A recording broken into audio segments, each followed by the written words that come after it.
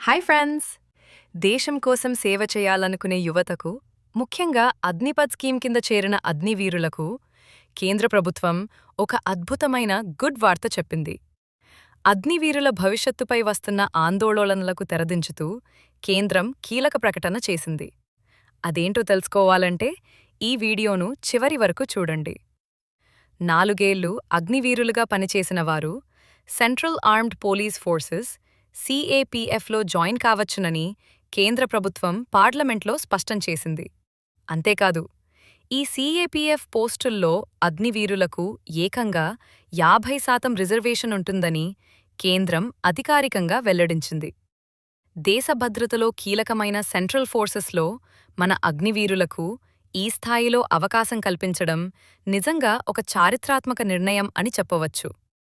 ఈ పోస్టుల భర్తీకి సంబంధించి కేంద్ర ప్రభుత్వం కొన్ని కీలకమైన అర్హతలను, సడలింపులను కూడా ప్రకటించింది.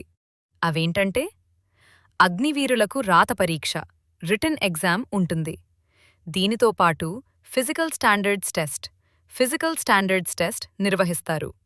అలాగే ఫిజికల్ ఎఫిషియన్సీ టెస్ట్ కూడా ఉంటుంది.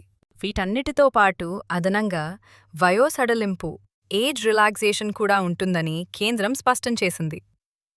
మనం గుర్తుంచుకోవాల్సిన మరో ముఖ్యమైన విషయం ఏమిటంటే, అగ్నిపథ్ స్కీమ్ 2022 సంవత్సరంలో లాంచ్ అయింది.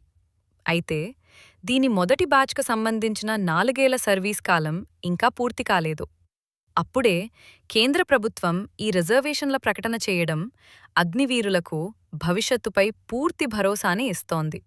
చూశారుగా ఫ్రెండ్స్, 4 ఏళ్ల సర్వీస్ తర్వాత సెంట్రల్ ఫోర్సెస్లో స్థిరపడాలనుకునే వారికి ఈ 50% రిజర్వేషన్ ఒక గొప్ప అవకాశం. ఈ నిర్ణయంపై మీ అభిప్రాయాన్ని కామెంట్ సెక్షన్లో తెలియజేయండి. ఈ వీడియో మీకు నచ్చితే లైక్ చేయండి, మీ ఫ్రెండ్స్ అందరికీ షేర్ చేయండి.